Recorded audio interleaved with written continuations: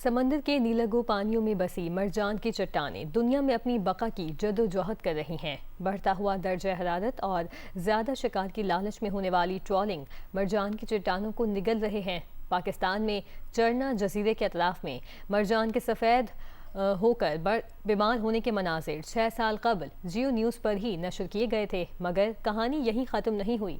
दुनिया मसनूई तरीक़े से मरजान को बचाने की कोशिश कर रही है। वहीं पाकिस्तान में पहली बार मेरीन कंजर्वेशन पाकिस्तान की टीम उन्हें फितरी अंदाज में रेस्क्यू करके नई जिंदगी दे रही है। मुबारक विल से देखिए उनीबा जमीर शाह की रिपोर्ट।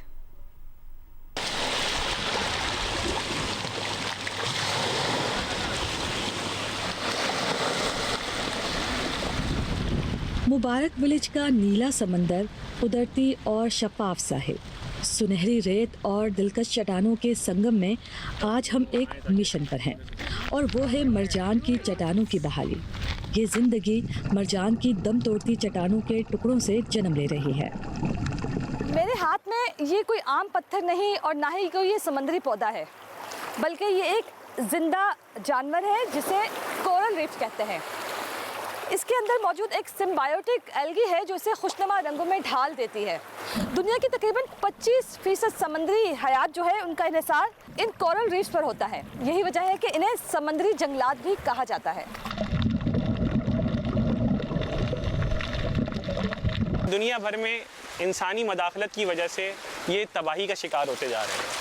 सबसे ज़्यादा जो बड़ा इनको ख़तरा इस वक्त लाहक है वो है कोरल ब्लीचिंग का। कोरल ब्लीचिंग किस वजह से हो रही है? वो जो आपका सी टेम्परेचर बहुत तेज़ी से राइज़ हो रहा है, जो समंदर का दर्जा हरारत बढ़ा है, जिससे कोरल ब्लीचिंग के इवेंट आपको बहुत जल्दी देखने को मिल रहे हैं।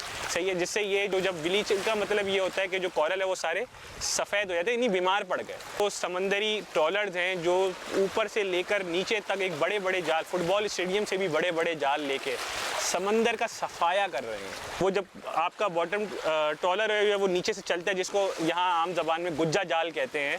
जब गुज्जा चलता है तो वो पूरा झाड़ू लगा देता है, जिसमें कोरल आ रहा है, छोटी चट्टानें आ रही हैं, यहाँ तक कि मछली के अंडे और सारी चीज़ें तबाह व बर्बाद कर देता है ये। हम उसको रिस्टोर करते हैं, हम क्रिएट नहीं करते। इसमें दुनिया भर में जो एक तरीक़ेकार अपनाया गया है इसके रिस्टोरेशन पे, वो है आर्टिफिशियल वे, मसनूई तरीके से उसको कोरल को लगाना, जिसके अंदर वो है कि जो चीज़ समंदर से जुड़ी हुई नहीं है, अगर आप वो ज़मीन से निकाल के समंदर में इंट्रोड्यूस कर रहे हैं तो वो उस कोरल के लिए, समंदर के लिए एलियन है, वो उधर से माहौल से जुड़ी हुई नहीं है। जो अपना तरीक़ेकार इस्तेमाल करते हैं वो ऑर्गेनिक कोरल प्रोपगेशन है। उसके लिए हम क्या करते हैं, हम जाते हैं पानी में डाइव करते हैं, कोरल को रिस्टोर करते हैं, रेस्क्यू करते हैं। उन ब्रोकन कोरल्स को हम ओशन रॉक को इस्तेमाल करते हैं, जो समंदर में मौजूद पत्थर हैं उनको इस्तेमाल करते हैं। हम उसको लाइव रॉक कहते हैं। लाइव रॉक कहने का मतलब ये होता है कि उस पर जो माइक्रो ऑर्गेनिजम्स हैं वो उस पर ग्रो हुए हैं, उस पर प्रोपोगेट करते हैं with the help of catalyst, जो कि डॉक्टर अनवार अब्दुल्ला ने बनाया है,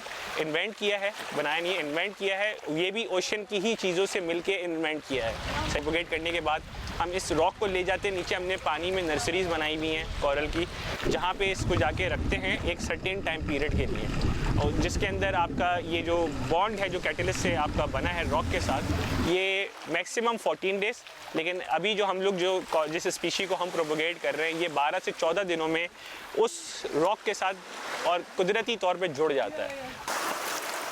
जब मैंने पहली बार मरजान की अफजाइश को करीब से देखा तो अंदाज़ा हुआ कि समंदर की ये खामोश दुनिया कितनी नाजुक और तवज्जो की तलबगार है। जो सीवेज की कंटेमिनेशन आपको नजर आएगा जो लियारी से है ना, वो लियारी से भी इस तरफ आ रहा है, काला काला होते जा रहा है, तो इधर से फिर बलोचिस्तान तक पहुंचेगा और पास में ऑलरेडी ग्रेश वाटर है।